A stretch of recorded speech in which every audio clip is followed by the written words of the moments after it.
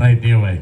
ගමක ඉපදුණු ගමේ කොල්ලෙක් රාජකුමාරයෙකු නොවුනට හරි ලස්සනට තමන්ගේ උපන්දින සාදය මෙහෙම තමන්ගේ ආදරණීයන් එක්කලා එකතු වෙලා මේ විදිහට සංවිධානය කිරීම අපිට ඔබට හැමෝටම ගෞරවයක්. රසංගේ අයියන්ගේ ඉන්න අපේ නාරවල මෛත්‍රපාද මාධ්‍ය විද්‍යාලයේ නියෝජ්‍ය විදුහල්පතිවරයා, ඒ වගේම අපේ ආදරණීය මිත්‍රයා ඉන්න අපේ ගණිත ආචාර්යවරයා වීඩියෝ කරලා අපිට මේ කටයුතු සියල්ලක්ම අපිට ගොඩක් ආදරණීය සම්බන්ධීකරණයක් කරන අයියන්ගේ රංගන හපුආරච්චි, ඒ වගේම රසාංග ලස්සන කවියෙක් රසාදී නැති වුණත් අපි ආදරෙන් මතක් කරනවා.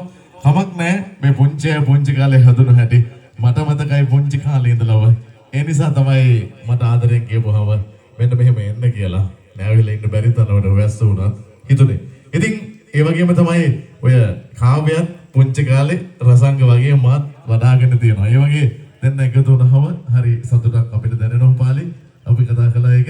ඒ වගේම තමයි ඩීජේ රන්දි බොහොම ලස්සනට මේ කටයුත්තට අපිට සහයෝගය ලබා දෙනවා බලාපොරොත්තු වෙනකොට වැඩි. මොකද බෑන්ඩ් එකක් ගහනවා වගේ නෙවෙයි, ඩීජේ එකෙන් කැරෝකේ එක දාලා ලස්සනට ඔරිජිනල් පිච් එක පාලිට දෙන එක.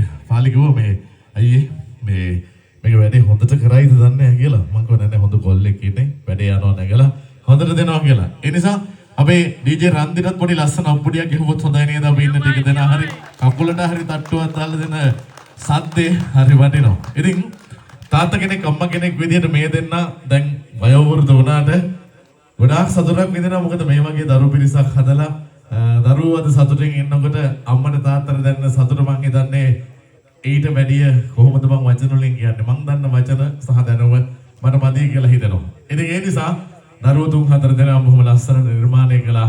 ගොඩක් දුක් ගැට වින්දත් අද ඒ සතුට අද උපරිමයෙන් විඳිනවා අම්මයි තාත්තයි. ඒ වගේම කාව්‍යගේ අම්මයි තාත්තයි එහෙමමයි. සහෝදරයොත් එහෙමමයි.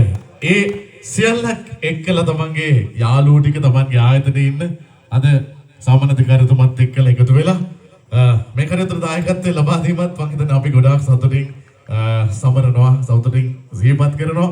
පාලි කිව්වේ අපිට මේක මේ වෙනත්ම විදිහ අත්දැකීම. ඒ නිසා තමයි අපි ආවේ අයියේ. මේක ලස්සනට කරමු අපි රංගන නෙමෙයි අපේ රසංගත් එක්කලා ලස්සන ගීතයක් ගායනා කරලා මේක ලස්සනට වැඩේ අරගෙන යන්න හෙට්ටිපොලේ යන්නත් තියෙනවා.